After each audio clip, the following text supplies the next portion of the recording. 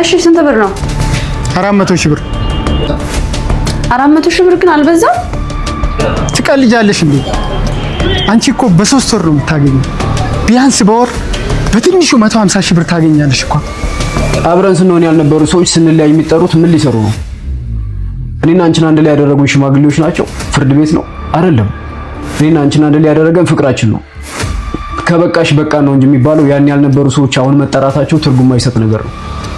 ለአንተ ትርጉም ላይሰጥህ ይችላል፣ ለኔ ግን ትርጉም ይሰጠኛል። ካንተ ጋር መለያየቴን ማወቅ አለባቸው።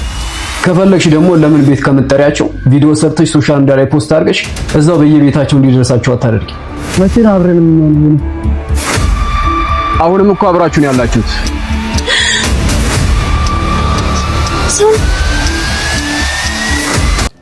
ተዘጋጅቼ ጨርሻለሁ።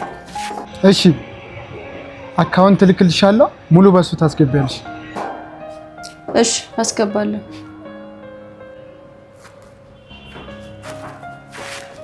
የወንድሜ ሚስት ማሂ ምስታወሪኝ የሰማሁሽ። ምን ለማድረግ የሞከርሽ ነው? ምንም አላደረኩም። ውጪ።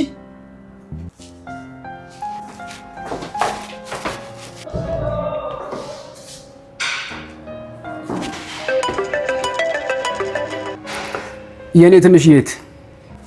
ሄሎ ወንድሜ። በጠራራ ፀሐይ እየናፈኩሽ ነው እንዴ? አይ ወንድሜ፣ በጠራራ ፀሐይ ሚስት ልትሰደድ ነው። ምንድን ነው የምታወሪው? ዝግጅቷ እንደጨረሰችና እንደወሰነች ስልክ ስታወራ ሰምቻለሁ። እሺ መጣሁ። ከቤት እንዳትወጪ።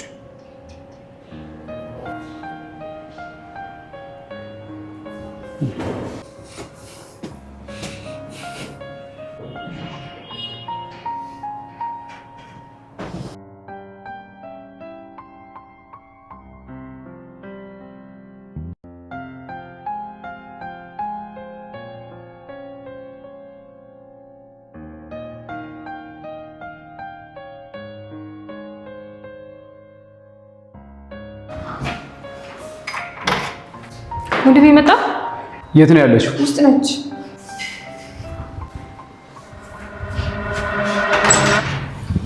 ሰን መጣ?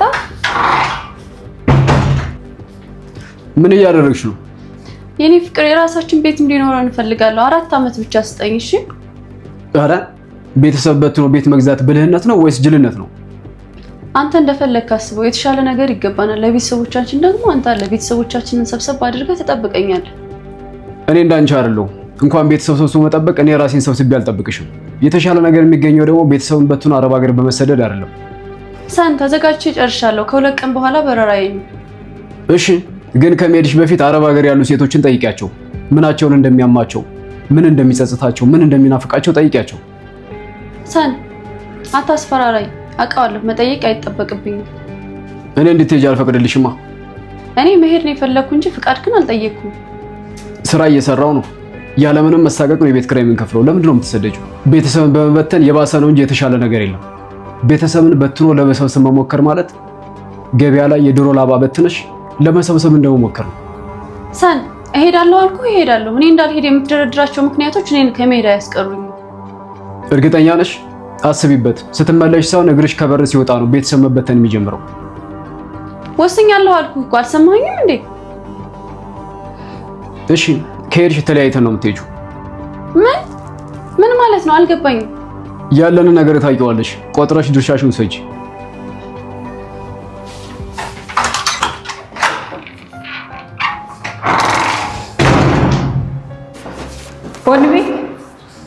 ወንድሜ ተረጋጋ። ትንሽ ተረጋግታችሁ ብታወሩ ጥሩ ይመስለኛል። መሄድ የፈለገን ሰው አትሂድ ማለት መለማመጥ ነው። ከፈለገች ትያት ትሂድ፣ ግን ተመልሳ ወደ እኔ ህይወት መምጣት አትችልም።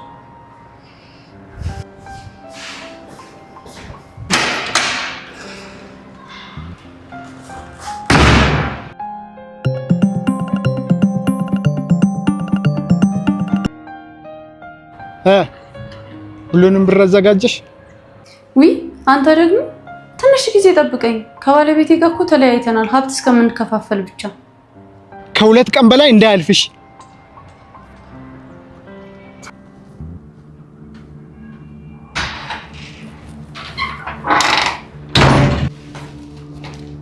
ሰን ማውራት አለብን። የጨረስን መሰለኝ። ምንድነው የምናወራው? ሽማግሌዎች መጠራት አለባቸው። የምን ሽማግሌ ነው? እኛን ያገቡኝ ሽማግሌዎች ናቸው እንዴ? ቢሆንም መኖር አለባቸው። አብረን ስንሆን ያልነበሩ ሰዎች ስንለያይ የሚጠሩት ምን ሊሰሩ ነው? እኔና አንቺን አንድ ላይ ያደረጉኝ ሽማግሌዎች ናቸው? ፍርድ ቤት ነው? አይደለም። እኔና አንቺን አንድ ላይ ያደረገን ፍቅራችን ነው። ከበቃሽ በቃ ነው እንጂ የሚባለው ያን ያልነበሩ ሰዎች አሁን መጠራታቸው ትርጉም ማይሰጥ ነገር ነው። ላንተ ትርጉም ላይሰጥህ ይችላል፣ ለኔ ግን ትርጉም ይሰጠኛል። ካንተ ጋር መለያየቴን ማወቅ አለባቸው። ከፈለግሽ ደግሞ ለምን ቤት ከምትጠሪያቸው ቪዲዮ ሰርተሽ ሶሻል ሚዲያ ላይ ፖስት አድርገሽ እዛው በየቤታቸው እንዲደርሳቸው አታደርጊ? እሺ ለምንድን ነው ሽማግሌዎች መምጣታቸውን አንተ ያልፈለከው?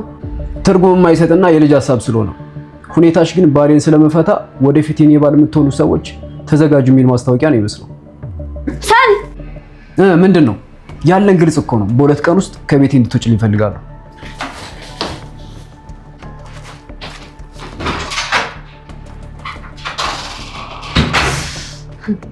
ጭራሽ ከቤቱ ጭልኝ ድንጋይ ራስ።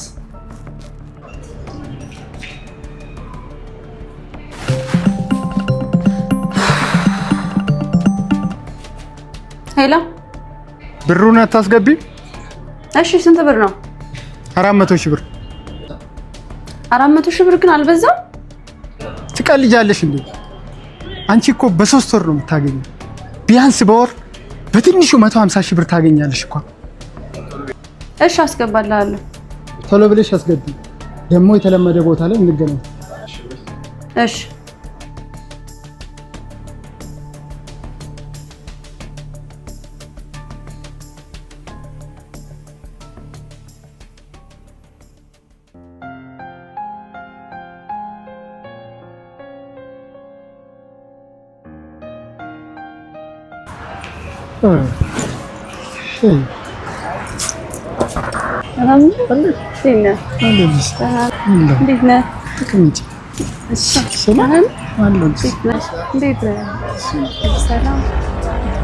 በጣም ነው ያማረብህ።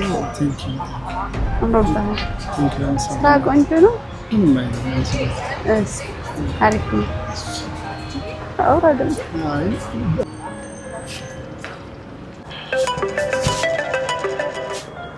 ሄሎ ወንድሜ። ወይ እህቴ፣ ሚስትን ከወንድ ጋር ፓርክ ውስጥ አየዋት። ምን አገባኝ እኔ ታዲያ? እንኳን ከወንድ ጋር ለምን ከወንዶቹ ጋር አትሆንም? ወንድሜ እየተሳሳመች እኮ ነው። የሆነ ግራ የሚያጋባ ነገር አለ። ምን? እሺ በቃ አንቺ ወደ ቤትሽ ግቢ። እሺ እሺ።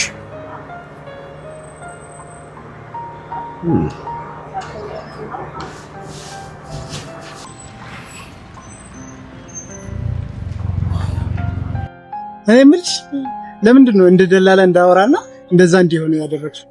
አንዲት ሾካካ እህት አለችው፣ እሷ እንዳሰማ ብዬ እኮ ነው። እሱን ትተሽ ከኔ ጋር ለመሆን ይሄን አክል ርቀት መሄድ አይጠበቅብሽ። ከሱ ጋር ተፋትቼ ካንተ ጋር የሆንኩ እንዲመስለው ነው እንጂ ቺት እንዲያደረኩበት እንዳያቅ ብዬ እኮ ነው። መቼ ነው አብረን የምንሆነው? አሁንም እኮ አብራችሁ ነው ያላችሁት። ሰን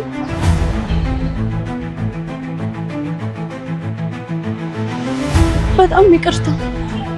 የተሻለ ነገር ስለሚገባን አረብ ሀገር ላይ ስትይ የነበረው ሌላ ባል ለማግባት ነው።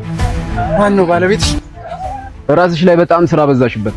ከኔ ጋር ለመለየት እኮ ሁሉ ድራማ መፍጠር አይጠበቅብሽም ነበር። አልፈልግም ማለት ብቻ በቂ ነበር። ፈልገሽ ነው እንጂ አስገድጄ አላኖርኩሽም። እንደኔ አይነት ወንድ የሚገባት ሴት እንጂ እንዳንቺ አይነት ሴት የማየት ችግር የለብኝም። በጣም ብዙ እያወራ ነው ሰውዬው።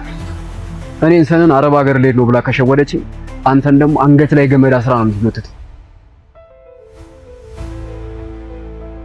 ወንድሜ ፍቅርዬ እኮ ነው። አንተ ውሻ